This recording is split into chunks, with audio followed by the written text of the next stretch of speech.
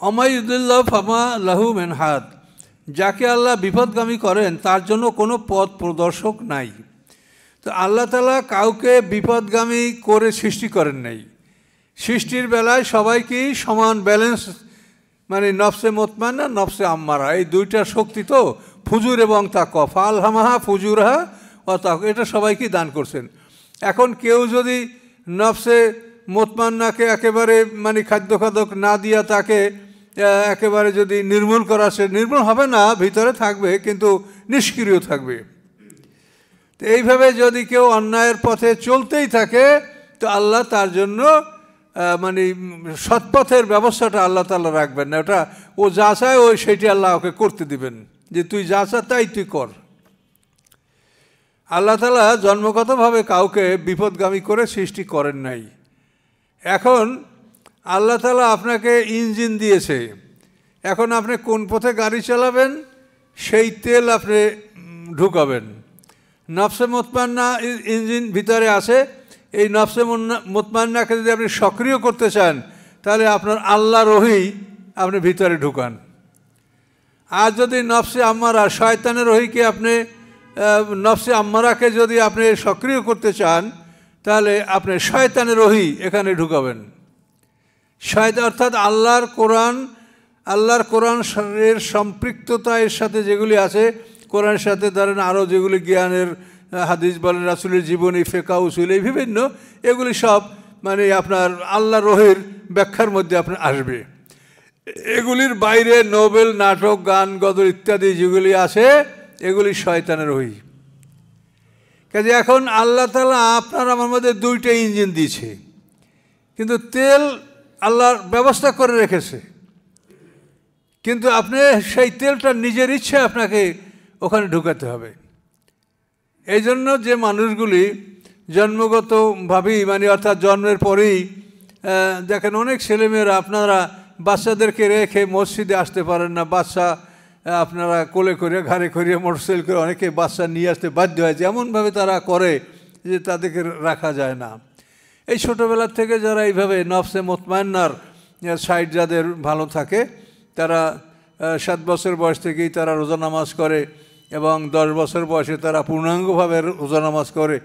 মানে 10 বছর পার হয়ে যাওয়ার পরে একজন হাফেজ, তার বয়স যদি 10 বছরের অধিক হয়, সে নাবালেগ, কিন্তু তাই সে ইমামতি করতে পারবে, সবাই তার পিছনে নামাজ পড়তে পারবেন। কারণ 10 বছরের মধ্যে একটা মানুষের মানে পূর্ণাঙ্গ দিন সম্পর্কে তাকে জ্ঞান অর্জন করতে আল্লাহ রাসূল বলেছেন। মুরু আওলাদাকুম বিসসালাতি হুম আবনাউ সাবা সিনিনা ওয়াদরিবুহুম আলাইহা ইযা বালাগু আশারা সিনিনা। আর রাসূল বলছেন, তোমার সন্তানদেরকে 7 বছরে তোমরা তাদেরকে নামাজ শিক্ষা দাও। এখন নামাজ শিক্ষা দিলে, নামাজ পড়তে বললে দেখেন তাহলে আপনার আনুষঙ্গিক শখ আসবে। 7 বছরের বাচ্চাদেরকে আপনি পাজামা পরাবেন, ওই রকম জামা দিবেন, তাকে আপনি তো আর হাফ প্যান্ট পরাতে পারছেন না। 7 বছর বয়সে নামাজ পড়তে হলে ওই মেয়েটাকে আপনি তার ইসলামী পোশাক, তার যা কিছু একজন নামাজি মহিলার জন্য দরকার সবই তাকে দিতে হবে। এইভাবে একটা পরিবেশে যখন একটা মানুষ বড় হয় তখন তার মধ্যে নফসে মুতমাইন্না সক্রিয় হয়। পক্ষান্তরে যদি একটা বাচ্চা ওই টিভি দেখতে দেখতে বড় হয়েছে এবং ওর উপরেই আসে, তাহলে তার নফসে আম্মারা শক্তিশালী হবে। এখন আপনি যদি নফসে মুতমাইন্নাকে ডেভেলপ না করেন, ব্যবহার না করেন, আল্লাহর ওহী যদি আপনি এখানে না ঢুকান, তো এটা আপনি বিপদগামী হবেন, এটাই কোনো কিছু কারো করার নাই। এই জন্যে আল্লাহ বলেন যে আল্লাহ যাকে বিপদগামী করেন, তা আল্লাহ বিপদগামী করে কীভাবে, সিস্টেমটা আপনি দেখেন। যে আপনি নফসে মুতমাইন্নার খাদ্য বন্ধ করে দিলেন, মিষ্টি পানি যাবে এখানে, এটা আপনি বন্ধ করে দিলেন। লবণ পানির প্রবাহ আপনি এখানে চাপিয়ে দিলেন, এই লবণ পানিতে তো আপনার লবণ পানির গাছই জন্মিবে, মিষ্টি পানির গাছ লবণ পানিতে বাঁচে না। কাজে এই জন্য এটা আপনাকে এটা করতে হবে। তো এখন এই সব কিছুর মূলই আল্লাহ। নফসে মুতমাইন্না এটার দানাও আল্লাহ দিয়েছেন, নফসে আম্মারার বীজ এটাও আল্লাহ দিয়েছে। এটাকে আমি বীজ বললাম কেন, কোরআনে বলা আছে কলেমায়ে তৈবা একটা গাছ, গাছের কথা বললে তার বীজ থাকবে না। এই জন্য আমার আলাদার 2 নম্বর বইতে দেখেন আমি একটা গাছ বৃক্ষ এঁকে দিয়েছি, অঙ্কন করে দিয়েছি। যে এই দুটা দানা ফুজুর এবং তাকওয়া, এটা প্রত্যেকটা মানুষকে আল্লাহ দান করছেন। সেই বাচ্চাটা মুশরিকের ঘরে হোক, ইহুদির ঘরে হোক, খ্রিস্টানের ঘরে হোক, বৌদ্ধের ঘরে হোক, তার মধ্যে ফুজুর এবং তাকওয়া দুটা জিনিস দিয়ে আল্লাহ সৃষ্টি করেছেন। এটাকে ফিতরাত বা নেচার, প্রকৃতি বলা হয়। ফিতরাত আল্লাহ আল্লাতী ফাতারান নাস আলাইহা। আল্লাহ তাআলা এইভাবে সৃষ্টি করেছেন। এখন আপনি যদি এই দায়িত্ব পালন না করেন, তাহলে আপনার নফসে মুতমাইন্না নিষ্ক্রিয় হয়ে যাবে, মরবে না। আপনি 50 বছর বয়সেও যদি তওবা করেন, তাহলে ওই নফসে মুতমাইন্না তখন জীবিত হবে, মরবে না, দানাটা থাকবে নিষ্ক্রিয়। কথা বুঝতে পারছেন? কাজে এই দানা দুটা, এটা মরবে না, ভিতরে থাকবে, কিন্তু যেটার তেল আপনি দেবেন সেদিকে ও কাজ করবে। কাজে আল্লাহ যাকে বিপদগামী করে, বিপদগামী আল্লাহ এমনিই করে না যে জন্মগতভাবে তাকে আল্লাহ নফসে মুতমাইন্না দান করেন নাই, এরকম কিন্তু না। নফসে মুতমাইন্না আপনার আমার মধ্যে আছে, নফসে আমারাও আছে। এখন কোনটার খাদ্য আপনি দিবেন, এটা হলো আপনার কাজ, এটা হলো আপনার কাজ। কাজে এগুলা বুঝতে হবে। এগুলো তো মনে হয় যে ম্যাক্সিমাম লোকে জানেই না যে আমার ভিতরে কি কি আছে। একটা দেহের গঠন প্রণালী যেটা আল্লাহ কোরআন হাদিসে বলেছেন, সেটা তো আমার মনে হয় যে 90% লোকই জানে না যে আমার সৃষ্টিটা কেমন। সে জানে শরীর, এটাকে রক্ষা করতে হবে, এই জন্য মাসে একবার চেক আপ করো, ডাক্তার দেখাও, সব কিছু পরীক্ষা নিরীক্ষা করো, এটা সে বোঝে। কিন্তু যে কারণে আপনি জীবিত আছেন, সেই প্রাণটা, অর্থাৎ নফসে মুতমাইন্না, নফসে লাওয়ামা, নফসে আমরা রূহ, এই 4টা জিনিসেরও তো পরিচর্যা আছে, তাদের সেবা যত্ন আছে, তাদের খাদ্য আছে। কিন্তু সে ব্যাপারে আপনি যত্নবান যদি নাই হন, তাহলে কি করে আপনি ভালো মানুষ হবেন বলেন? এগুলো তো জানতে হবে যে দৈহিক খাদ্য বর্জন করলে যেমন একটা মানুষ দুর্বল হয়ে পড়ে, ওইভাবে যদি আত্মার খাদ্য এই যে আপনার নামাজ পড়লেন, 5 ওয়াক্ত সালাত, হ্যাঁ, অনেক আছে কি নামাজ না পড়লে কি ওনার দিল ভালো, মন ভালো, ভালো মানুষ। উনি নামাজ পড়ে না, উনি ভালো মানুষ। নামাজ না পড়লে কী করে ভালো মানুষ হয়? তাহলে তার খাদ্য বন্ধ করে দেন। যদি খাদ্য বন্ধ করার পরে তার স্বাস্থ্য ভালো থাকে, তাহলে আমরা মেনে নেব যে নামাজ না পড়লেও সে ভালো মানুষ।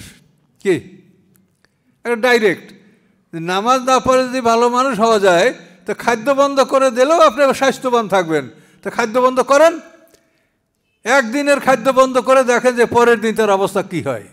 কি তাহলে আপনার সেই রূহ এবং নফসের খাদ্য আল্লাহ তাআলা যেটা নিজে নির্ধারিত করে দিয়েছেন, যিনি সৃষ্টিকর্তা, তিনি বলেছেন যে তোমাকে এই ব্যবহার করে তোমার রূহকে, নফসে মুতমাইন্নাকে তুমি সজীব রাখবে। আপনি সেইটা মানবেন না, আপনি নামাজ পড়েন না, লোক খুব ভালো। কি কমিউনিস্ট পার্টি করে তাতে কি, কিন্তু লোক সৎ খুব, তাই না? কাজে এগুলো আপনাদের মুখের কথা, এগুলো আল্লাহর কথা না। আল্লাহর কথা হলো এই আইনের কথা। আপনি একটা মানুষ সঠিকভাবে সঠিক পথে থাকবে, এজন্য যে আল্লাহর দিন, শরিয়াত, এটা যদি আপনি অনুশীলন না করেন, তো আপনি কোনোভাবেই দাবি করতে পারেন না যে এই লোকটা ভালো কাজ করবে। সে চোখের আড়াল হলেই, সে অন্ধকার পেলেই সেখানে সে অন্যায়, জুলুম, অত্যাচার সব কিছু সে করবে। কাজে এই জন্য এই জিনিসটা বুঝতে হবে আপনাকে যে মানুষ ভালো কি করে হয় আর মানুষ মন্দ কি করে হয়। আপনি একক তো খাবার যদি আপনি খারাপ খান, তাহলে আপনি দুর্বল হয়ে পড়ে, আপনার খারাপ লাগে। আপনাকে বিশুদ্ধ খাবার, উপযুক্ত খাদ্য খাইতে হবে। ঠিক সেইভাবে আপনাকে নামাজটাও তো সুন্দর করে পড়তে হবে। নামাজের সূরা, কেরাত, মানে আর দোয়া, তাসবিহ যেগুলি আছে, সেগুলি যদি আপনি সঠিকভাবে আপনি যদি সেগুলি ব্যবহার না করেন, তাহলে মনে করবেন যে আপনি ভেজাল খাদ্য খেয়েছেন, আপনার অস্বস্তি লাগছে, খারাপ আপনার বোধ হচ্ছে দেহটা। কারণ এই জন্য এই বিষয়গুলি মৌলিক বিষয়, এই বিষয়গুলি আপনাকে জানতে হবে। এবং আল্লাহ রসুলের সাথে যারা জীবনযাপন করেছে, তারা এই বিষয়গুলিতে সম্পূর্ণ পাকাপোক্ত হয়েছে। এই জন্য এই সাহাবী, এদের যে একটা মর্যাদা আলাদা, এটা এই কারণেই যে আল্লাহ রসুলের সাথে থেকে থেকে তারা জীবনযাপন করেছে এবং আল্লাহ রসুলের সমস্ত কর্মকাণ্ডগুলি তারা দেখেছে, হুবহু তারা সেটা আমল করেছে। এই জন্য এই সাহাবী, এই সিনিয়র সাহাবীদেরকে অনুকরণ করার জন্য কোরআনে আল্লাহ আদেশ করেছেন যে তাদের তোমরা অনুকরণ করো, সিনিয়র সাহাবীদের।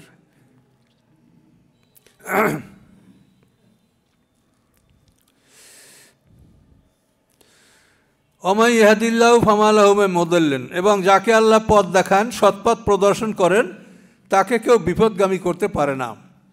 আলাইসা আল্লাহ বি আজিজিন যিনতিকাম, নয় কি আল্লাহ তাআলা পরাক্রমশালী এবং প্রতিশোধ গ্রহণকারী? অবশ্যই তিনি পরাক্রমশালী, মহাক্ষমতার মালিক এবং তিনি প্রতিশোধ গ্রহণকারী। তার সৃষ্টির উপরে জুলুম করলে তিনি তার প্রতিশোধ গ্রহণ করবেনই। আপনার সন্তানের উপরে কেউ অত্যাচার করুক, এটা আপনি সহ্য করবেন বলেন? পৃথিবীর কোনো পিতামাতা তার সন্তানের উপর অত্যাচার হোক, তা আমরা তো আল্লাহর সৃষ্টি, আমরা তার সন্তান না, কিন্তু আমরা তার সৃষ্টি। কাজে এই সৃষ্টির প্রতি আল্লাহর যথেষ্ট মায়া আছে। কাজে এই সৃষ্টির প্রতি কেউ জুলুম করবে, এটা আল্লাহ ক্ষমা করবেন না। এই জন্য বিচারের প্রধান পয়েন্ট হচ্ছে জুলুম। এই জুলুমের বিচার আল্লাহ করবেন। আল্লাযীনা আমানু ওয়ালাম ইয়ালবিসু ঈমানাহুম বিযুলমিন উলাইকা লাহুমুল আমনু ওয়া হুম মুহতাদুন। যারা ঈমান এনেছে এবং ঈমানের সাথে জুলুম মিশ্রিত করে নাই, তাদের জন্য রয়েছে নিরাপত্তা। এই জুলুমের মধ্যে সবচাইতে বড় জুলুম হচ্ছে শিরক, এরপরে সমস্ত পাপ কাজগুলি জুলুম। এই জন্য জুলুম থেকে দূরে থাকতে হবে। ওয়ালাইন সালতাম মান খালাকাস সামাওয়াতি ওয়াল আরদা লায়াকুলুন্নাল্লাহ, যদি আপনি তাদেরকে প্রশ্ন করেন আকাশ পৃথিবী কে সৃষ্টি করেছে, তারা বলবে আল্লাহ। আকাশ পৃথিবী আল্লাহ সৃষ্টি করছে, এটা সব কাফেররা এটা বলবে। কুল, আপনি বলুন, আফারাআইতুম, তোমরা কি মনে করো, মা তাদুনা মিন দুনিল্লাহি, তোমরা আল্লাহ ছাড়া যাদেরকে ডাকো, ইন আরাদানিল্লাহু বিদুররিন, যদি আল্লাহ তাআলা আমার কোনো ক্ষতি সাধন করতে চান, হাল হুন্না কাশিফাতু দুররি, তারা কি আমার এই ক্ষতি থেকে আমাকে মুক্ত করতে পারবে? কখনোই না। আও আরাদানি বিরহমাতিন, অথবা আল্লাহ যদি আমার সাথে কোনো কল্যাণ চান, আমার যদি কোনো অনুগ্রহ কল্যাণ দান করেন, হাল হুন্না মুমসিকাতুর রহমাতি, তো তারা কি আল্লাহর রহমতকে বাধাগ্রস্ত করতে পারবে, ঠেকাতে পারবে? কখনোই পারবে না। কুল, আপনি বলুন, হাসবি আল্লাহ, আমার জন্য আল্লাহ যথেষ্ট, আলাইহি ইয়াতাওয়াক্কালুল মুতাওয়াক্কিলুন, আল্লাহর উপরই যেন নির্ভরকারীরা নির্ভর করে। নির্ভরকারীরা যেন আল্লাহর উপরই নির্ভর করে। আল্লাহর উপরে নির্ভর করলে আল্লাহ তার জন্য যথেষ্ট হবে। এর জন্য আপনি নমুনা মনে করেন ইব্রাহিম আলাইহিস সালাম, সে আল্লাহর উপরে নির্ভর করছিলেন, আল্লাহ যথেষ্ট হয়েছে কিনা? সমগ্র পৃথিবীর বাদশাহ নমরুদ একা ইব্রাহিম আলাইহিস সালাম, তার বাবাও তার পক্ষে না, সে ইব্রাহিম আলাইহিস সালামের ক্ষতি করতে পারছে নমরুদ? আল্লাহ যদি কারো পক্ষে থাকে, পৃথিবীর কোনো শক্তি তাকে পরাজিত করতে পারে না। আল্লাহ বলেন, কুল, আপনি বলুন, ইয়া কওমে, হে আমার জাতি, ইমালু আলা মাকানাতিকুম, তোমরা তোমাদের অবস্থানে থেকে তোমরা আমল করো, কাজ করো। ইন্নী আমিলুন, আমিও কর্মী, আমিও কাজ করে যাচ্ছি। ফাসাউফা তা'লামুন, অচিরেই তোমরা জানতে পারবে যে পরিণামটা কি হয়। মাইয়াতিহি আযাবুন, অচিরেই জানতে পারবে, মাইয়াতিহি আযাবুন, কার কাছে আসে শাস্তি, ইউখজিহি, যে শাস্তি তাকে অপমান করবে, ওই হেল্লু, এবং উন্মুক্ত হবে তার উপরে, আযাব মুকিম, চিরস্থায়ী শাস্তি। এটা তোমরা দেখতে পারবে, অপেক্ষা করো। ইন্না আনজালনা আলাইকাল কিতাবা লিন-নাসি বিল হক, নিশ্চয়ই আমি নাজেল করেছি আপনার উপরে কিতাব, এই কোরআন। কিতাব আর কোরআন একই জিনিস। এই কোরআন লিন-নাসি, মানুষের জন্য, বিল হককে, সত্য সহকারে, সত্য প্রতিষ্ঠা করার জন্য। আপনার উপরে মানুষের জন্য আমি কিতাব নাজেল করেছি বিল হককে, সত্য সহকারে, সত্যকে প্রতিষ্ঠা করার জন্য। ফামান হেতাদা, অতঃপর যে হেদায়েত অবলম্বন করে, সৎপথ অবলম্বন করে, ফালি নাফসিহি, সে তার নিজের জন্যই করে। সৎপথ অবলম্বন করলে আল্লাহর কোনো উপকার হয় না, সে তার নিজের জন্যই এটা করে। বিপদগামী হয়, ফাইন্নামা ইয়াদুল্লু আলাইহা, নিশ্চয়ই সে বিপদগামী হওয়ার ফল তার উপরেই পড়বে। বিপদগামী হলে এই বিপদগামী হওয়ার যে পরিণাম, এটা তার উপরেই আসবে। অমান্ত আলাইহিম বিওয়াকিল, এবং আপনি তাদের রক্ষক নন, আপনি তাদের তত্ত্বাবধায়ক নন। আল্লাহ ইয়াতাওয়াফাল আনফুসা হিনা মাউতিহা, আল্লাহ তাআলা অফাত করেন, অফাত দেন নফসগুলিকে, হিনা মাউতিহা, মৃত্যুর সময়। মৃত্যুর সময় নফসগুলিকে আল্লাহ তাআলা, ইয়াতাওয়াফা মানে মৃত্যুবরণ করা না, অফাত। অফাত শব্দের অর্থ হলো পূর্ণ করা। অর্থাৎ আমার যে রেজেক, আপনার যে রেজেক পৃথিবীতে, এই রিজিকটা যখন আপনি সম্পূর্ণ গ্রহণ করে নিয়েছেন, আর কিছু নাই, এই সম্পূর্ণ আপনার খাদ্য পানীয় জীবন সামগ্রী প্রভিশন অফ লাইফ বা সাস্টেনেন্স অফ লাইফ, এই সম্পূর্ণ আপনি যখন ভোগ করে সমাপ্ত করে আপনি পৃথিবীতে বিদায় হচ্ছেন, এটার নাম হচ্ছে অফাত। মানে সে নিজের প্রাপ্য যেটা পাওনা সেটা পরিপূর্ণভাবে গ্রহণ করার পরে সে বিদায় গ্রহণ করেছে, এই জন্য এটার নাম হলো অফাত, ইয়াতা অফা, পুরোপুরি বুঝে নেওয়া। তো আল্লাহ বলেন আল্লাহ ইয়াতাফাল আংফুসা, আল্লাহ তাআলা বুঝে নেন নফসগুলিকে, হিনা মাউথা, মৃত্যুর সময়। মৃত্যুর পরে আমাদের নফসগুলি আল্লাহ তাআলা বুঝে নেন, আল্লাহর দায়িত্বে থাকে, এবং সেটা আল্লাহ ইল্লিন অথবা সিজিনে রাখেন, এবং সেখানে কঠিন পাহারা, কঠিন ব্যবস্থাপনার মাধ্যমে আল্লাহ এটা সংরক্ষণ করেন। তাহলে এখন দেখেন, আল্লাহ ইয়াতাফাল আংফুসা, আল্লাহ তাআলা বুঝে নেন, হস্তগত করেন নফসগুলি। নফস কয়টা? তিনটা, নফসে মুতমাইন্না, নফসে লাওয়ামা, নফসে আমারা। তো এই তিনটা নফস আল্লাহ হস্তগত করেন হিনা মাউতেহা, তার মৃত্যুর সময়, অল্লাতি লামতামুৎফি মানামেহা, এবং যারা ঘুমের মধ্যে মারা যায় না, ঘুমাইছেন মরেন নাই, অল্লাতি লামতামুৎফি মানামেহা, এবং যারা ঘুমের মধ্যে মারা যায় না তাদের অবস্থা কী হয়? ফায়ুমসিকুল্লাতি, আল্লাহ তাআলা ইমসিকু মানে আটকে রাখেন, আল্লাতি ওই নফসগুলি, কাজা আলাহিল মাওতা, যেই নফসগুলির উপরে মৃত্যুর সিদ্ধান্ত নেওয়া হয়েছে। মৃত্যুর সিদ্ধান্ত না হলে ওই নফসগুলি আল্লাহ হস্তগত করেন, ফিরাইয়া দেন না। ওই রসুলুল উখরা, এবং অন্যগুলিকে তিনি পাঠিয়ে দেন তার ওই দেহের কাছে, অন্যগুলিকে যেগুলো মৃত্যু হয় না, ঘুমাইছে, এগুলিকে তার ধরের মধ্যে পাঠিয়ে দেন ইলা আজালে মুসাল্লাম্মা, নির্ধারিত সময়ের জন্য, মৃত্যু পর্যন্ত। ইন্না ফি যালিকা লাআয়াতিন লিকাওমিন ইয়াতাফাক্কারুন, নিশ্চয়ের মধ্যে রয়েছে নিদর্শন ওই জাতির জন্য যারা চিন্তা ভাবনা করেন।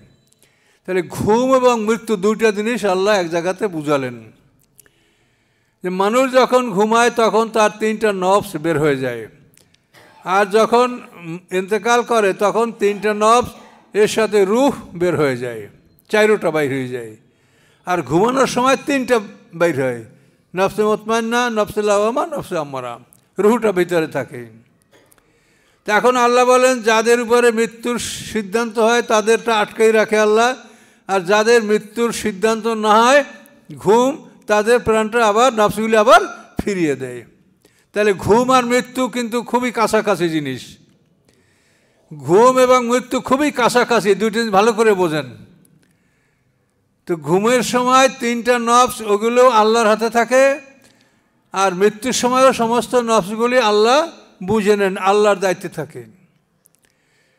তো যারা ঘুমায় তাদের নফসগুলি আল্লাহ ফেরত দেন, আর যাদের মৃত্যু হয় তাদের নফসগুলি আল্লাহ তাআলা আটক করে রাখেন। তাহলে চারোটা বের হলে মৃত্যু, আর তিনটা বের হলে ঘুম।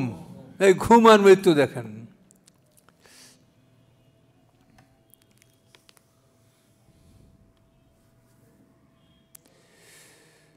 আচ্ছা, ইত্তাখাযু মিন দুনিল্লাহি শুফাআ, আল্লাহ ছাড়া তারা অন্যদেরকে শাফাতকারী নির্বাচন করে। কুল, আপনি বলুন, আওয়ালাউ কানু লা ইয়ামলিকুনা শাইআ, যদিও তারা কোনো কিছুর মালিক নয় তবুও কি তোমরা তাদেরকে সুপারিশকারী নির্বাচন করবে? ওয়ালা ইয়াকিলুন, এবং তারা কিছু বোঝেও না, তাদেরকে তোমরা শাফাতকারী গণ্য করবে? কুল, আপনি বলেন, লিল্লাহ শাফাত জামিয়া, সমস্ত শাফাতের মালিক একমাত্র আল্লাহ। এখন যদি আল্লাহ কাউকে শাফাত করার অনুমতি দেয় সে শাফাত করতে পারবে, কিন্তু আপনি কেউকে মনে করতে পারেন না যে অমুকে আমার শাফাত করবে, আর কেউ দাবিও করতে পারে না যে আমি শাফাত করব। এটা আল্লাহ বলছেন কুল লিল্লাহ শাফাত জামিয়া, শাফাতটা সম্পূর্ণ কিন্তু এটা আল্লাহর, এটার কারো এর মধ্যে কোনো অধিকার নাই যে সে ইচ্ছা করে শাফাত করবে। কিন্তু আপনারা দেখেন সমাজে যারা নামাজ পড়ে, এই নামাজি মানুষের মধ্যে আমার মনে হয় যে অর্ধেকের বেশি মানুষ এমন হবে যে তারা শাফাতের জন্য এই পীর, অলি, অমুক সমুক এগুলি নিয়ে তারা ব্যস্ত থাকে যে এরা আমাদের এই উপকারগুলি করবে। নাউজুবিল্লাহ। কখনোই এটা কে করবে সেটা আল্লাহ জানে, কাকে অনুমতি দিবে। আমরা যেটা জানি আল্লাহ রাসূলকে শাফাতের অনুমতি দেওয়া হবে। আল্লাহ রসুল সর্বপ্রথম শাফাতের আদেশ পাবেন, আল্লাহ রাসূল শাফাত করতে পারবেন। বিচার শুরু হওয়ার আগে আল্লাহ রাসূল শাফাত করবেন এবং অনুরোধ করবেন। শাফাত মানে সুপারিশ, আল্লাহর কাছে সুপারিশ করবেন, এই আল্লাহ রাসূলের সুপারিশ ক্রমে বিচার কার্য শুরু করবেন। এগুলো খুব বিশাল আলোচনা। হাসরের ময়দানে সব মানুষ উঠবে, ওঠার পরে আমরা বড় হব, হাউজে কাউসারের পানি যদি নসিবে থাকে আমরা পান করব, পোশাক দেওয়া হবে। এরপরে মানুষগুলি বড় হয়ে হয়ে যখন 70 বছর বয়সে উপনীত হবে, তখন ভালো মানুষ যারা আশাবাদী, নবী রসুল পয়গম্বর 1 নম্বর মানুষ মুসলমান যারা, তাদের একটা দল সঙ্গবদ্ধ হইয়া আদম আলাইহিস সালামের কাছে যাবে যে আমরা এই মাঠে এভাবে কেন থাকবো, এই মাঠ থেকে আমরা কিভাবে পরিত্রাণ পাবো। এটার জন্য আদম আলাইহিস সালামের কাছে বলবে যে আপনি আল্লাহর কাছে বলেন, আপনি মানুষের পিতা, আদি পিতা, তো আপনি আল্লাহর কাছে বলেন যে আল্লাহ আমাদের কিভাবে আমরা এই মাঠ থেকে মুক্তি পেতে পারি, তা আল্লাহ তাআলা এটার ব্যবস্থা করুক, মানে বিচারটা শুরু হোক। আদম আলাইহিস সালাম বলবেন যেটা আমি পারছি না, যেহেতু আমি নিষিদ্ধ বৃক্ষের ফল ভক্ষণ করেছিলাম, এই জন্য আমি আল্লাহর কাছে সুপারিশ করতে পারবো না। আদম আলাইহিস সালাম কিন্তু কোনো গুনাহ করে নাই। এই যে আমরা ওয়াজ শুনছি ছোটোবেলায় যে একটা গুনার জন্য আদম আলাইহিস সালাম 350 বছর কান্দিছে, হাওয়ার সাথে 300 বছরে দেখা হয় না, এইসব ওয়াজ কিন্তু আমরা খুবই শুনেছি ছোটোবেলায়, কিন্তু এগুলো একেবারে বাজে কথা। আদম আলাইহিস সালামকে আল্লাহ বলেন ওয়ালাকাদ আহাদনা ইলা আদমা ফানাসিয়া, আমি আদম আলাইহিস সালাম থেকে প্রতিশ্রুতি গ্রহণ করেছিলাম, সে সেটা ভুলে গেছে, মনে নেই। তো ভুলে গেলে তো কোনো অপরাধ হয় না, ভুলে আপনি খানা খাইলে রোজা ভঙ্গ হয় না। তা আদম আলাইহিস সালাম আল্লাহ কোরআনেই বলছে সে ভুলে গেছে, মনে ছিল না তার।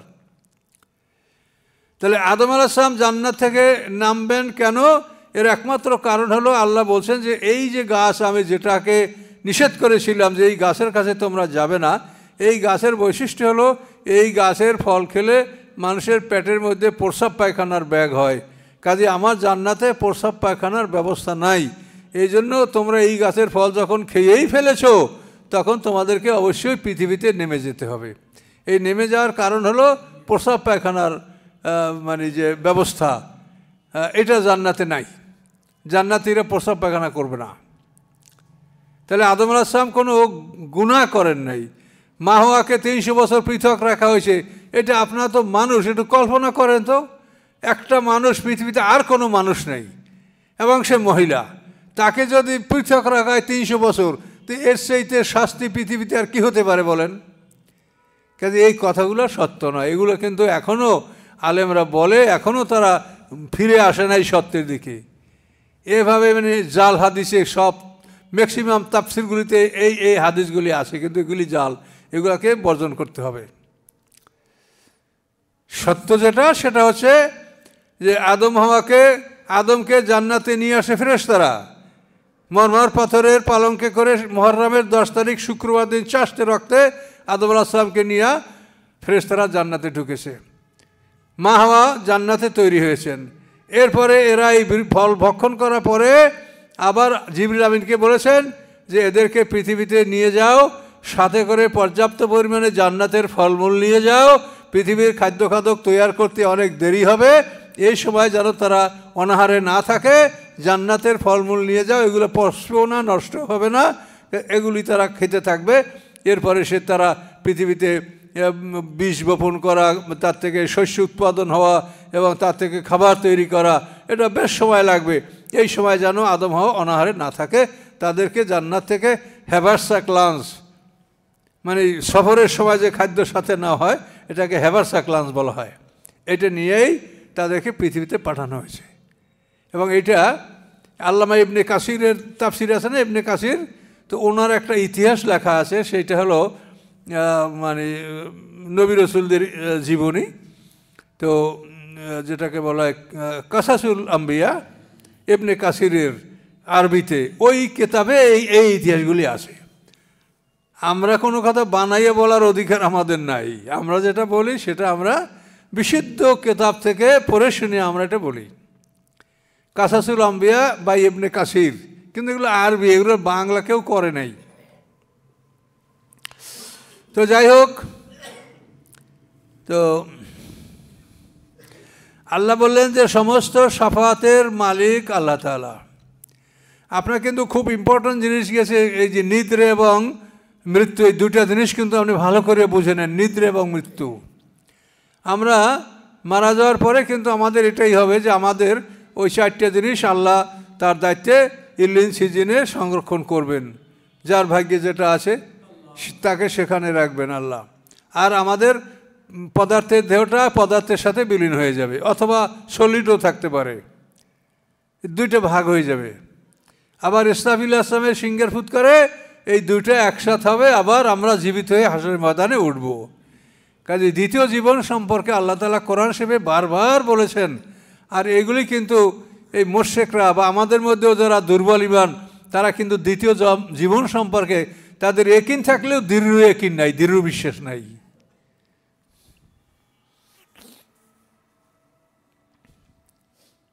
কুল লিল্লাহি শাফাআতু জামি, আপনি বলেন সমস্ত শাফাআতের মালিক আল্লাহ। লাহু মুলকুস সামাওয়াতি ওয়াল আরদ, আকাশ পৃথিবীর রাজত্ব তার। আকাশ পৃথিবীর রাজত্ব তার। দেখেন এখন কত বড় সাম্রাজ্য, কত বড় সাম্রাজ্য যে আকাশ এবং পৃথিবী, এর রাজত্বকার আল্লাহর। সুম্মা ইলাইহি তুরজাউন, তোমরা তার কাছেই প্রত্যাবর্তিত হবে, তার কাছেই তোমাদেরকে ফিরিয়ে আনা হবে। তোমরা কি করেছো, কি ভালো করেছো, মন্দ করেছো, আল্লাহর পথে কাজ করেছো না শয়তানের পক্ষে কাজ করেছো, এটা সেদিন দেখা হবে। তারপর তোমরা সবাই আল্লাহর দিকে ফিরে আসবে। ওয়াইজা যুকিরাল্লাহু ওয়াহদাহু ইশমাজ্জাত কুলুবুল্লাযিনা লা ইউমিনুনা বিল আখিরাহ, যখন এক আল্লাহর নাম তাদের সামনে উচ্চারণ করা হয়, তখন কাফেরদের অন্তর, অবিশ্বাসীদের অন্তরটা সংকীর্ণ হয়ে যায়। তারা দুর্বল হয়ে পড়ে, এক আল্লাহ কেন, এক আল্লাহ কি আমাদের সবার কথা শুনতে পারবে? কাজে আমাদের প্রত্যেক গোত্রের এক একজন এক একটা মূর্তি লাগবে, ওরা আমাদেরকে আল্লাহর কাছে শাফাত করবে, আমাদেরকে আল্লাহর নিকটে পৌঁছিয়ে দেবে। এক আল্লাহ, এটা তাদের কাছে অসম্ভব মনে হচ্ছে। কাজে এর অর্থ হলো তারা আল্লাহ সম্পর্কে জ্ঞান রাখে না। ওয়াইজা যুকিরাল্লাযিনা মিন দুনিহি, যখন আল্লাহ ছাড়া অন্যদেরকে স্মরণ করা হয়, অন্যদেরকে বলা হয়, অন্যদের নাম উচ্চারণ করা হয়, ইযহাম ইয়াস্তাবশিরুন, তখন তারা খুশি। কিন্তু এক আল্লাহর নাম উচ্চারণ করলে তারা সন্তুষ্ট না। কুলিল্লাহুম্মা, আপনি বলুন হে আল্লাহ, ফাতিরিস সামাওয়াতি ওয়াল আরদ, তিনি আদি স্রষ্টা আসমান এবং জমিনের। খালাকাস সামাওয়াতে একটা থেকে আরেকটা সৃষ্টি, আর ফাতিরিস সামাওয়াতে আদি স্রষ্টা, এটা ব্যবধানটা বুঝতে হবে। এই পৃথিবীর মাটি, এই মাটির থেকে আমরা সব কিছু করি, এটার নাম সৃষ্টি, খালক।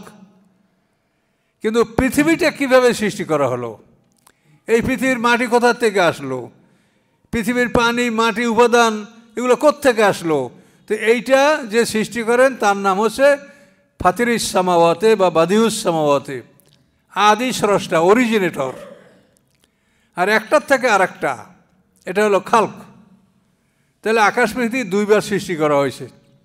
পৃথিবী প্রথমবারে ছিল ফেনা, ফোম, পানির উপরে ফোমের মতো একটা পদার্থ ছিল পৃথিবী।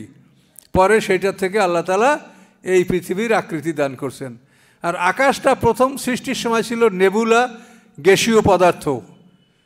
এই গ্যাসীয় পদার্থ ছিল, পরে সেটার থেকে আল্লাহ তাআলা 7টা খুব কঠিন শক্ত আকাশ, সাবাং সিদাদা, 7টা কঠিন আকাশ সৃষ্টি করেছেন। তাহলে প্রথম সৃষ্টি হলো বাদি বা ফাতির, আর দ্বিতীয় সৃষ্টি হলো খালাকা। একটা থেকে 8টা সৃষ্টি, এটার নাম খালাকা। আর যে আদি স্রষ্টা, কোথার থেকে আল্লাহ উপাদান নিয়েছেন এই পানি সৃষ্টি করার, এই অক্সিজেন সৃষ্টি করার, এই মাটি সৃষ্টির উপাদান কোথার থেকে আল্লাহ নিয়েছেন, এর কোনো জ্ঞান আমাদের আছে? নাই। ফাতিরিস সামাওয়াতি ওয়াল আরদ, তিনি আকাশ পৃথিবীর আদি স্রষ্টা। আলিমাল গায়বি ওয়াশ শাহাদা, তিনি দৃশ্য অদৃশ্য সব কিছু সম্পর্কে জ্ঞাত, পরিজ্ঞাত।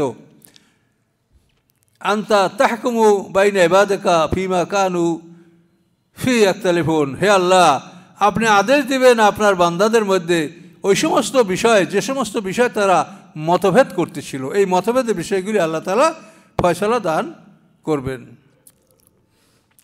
আল্লাযীনা যালামু মা ফিল আরদি জামিয়া, যদি হতো জালেমদের জন্য সব কিছু যা আছে পৃথিবীর মধ্যে, অমিসলাহু মাহু, এবং এই পৃথিবীর আরও একটা পৃথিবীর সম্পদ যদি একসাথে তাদের হতো, লাফতাদাউ বিহি, তার দ্বারা যদি তারা নিজেকে মুক্তি করার চেষ্টা করত, মিন সুইল আযাবে, সেই নিকৃষ্ট শাস্তি হতে ইয়াউমাল কিয়ামা, কিয়ামতের দিন, তবুও তারা এটা চেষ্টা করত। এই পৃথিবীর সম্পদ তার, আর আরও একটা পৃথিবীর সম্পদ তার সাথে যদি তার হয়, এই সব দিয়ে সে নিজেকে মুক্ত করার চেষ্টা করত। কিন্তু আল্লাহ তাআলা কী করবে? আল্লাহর এই সম্পদের কোনো প্রয়োজন আছে?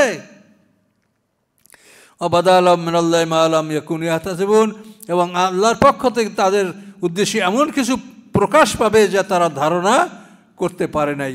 মানে সমস্ত আমলগুলি মানে একেবারে মানে এক হইতে 100, সব কিছু, কোনো কিছুই বাদ থাকবে না। আমরা যা করেছি আমরা সবাই জীবনের প্রথম থেকে শেষ পর্যন্ত আমাদের আমলগুলো মনে করতে পারবো না, পারি, কিন্তু আমলনামা দেখবেন যে সব সেখানে একেবারে time to time, to the point সব লেখা, অত্যন্ত ভয়ঙ্কর। অবাদা আলম সাইয়াতু মা কাসাবু, এবং প্রকাশ পাবে তাদের সেই অন্যায়গুলি যা তারা পৃথিবীতে করেছে। ও হাকাবিম মা কানু বিহি ইস্তাহজিউন, এবং তাদেরকে ধ্বংস করবে ওই সব কিছুই যা নিয়ে তারা উপহাস করতেছিল। হ্যাঁ, আবু জাহেল কয় জাক্কুম, জাক্কুম, এ তো খেজুর ভিজানো পানি, হ্যাঁ, জাক্কুম, খেজুর ভিজানো পানি। তারপরে আবু জাহেল বলে যে তোমরা মুহাম্মদ সাল্লাল্লাহু আলাইহি ওয়াসাল্লাম কী বলে দেখো, দোজখ নাকি আগুন, তার মধ্যে আবার গাছ হবে, আগুনে কি গাছ হয়? এসে বলো আবু জাহেলের বুদ্ধি, আগুনের মধ্যে গাছ হয় না। পানির মধ্যে বাগান হয়, হয় কি না বলেন? পানির মধ্যে বাগান হয়, পানির মধ্যে অত সুন্দর বাগান আছে। তো পানির মধ্যে যদি বাগান হতে পারে, তা আগুনের মধ্যেও গাছ হতে পারে। আবু জাহেল বহুত ঠাট্টা করেছে।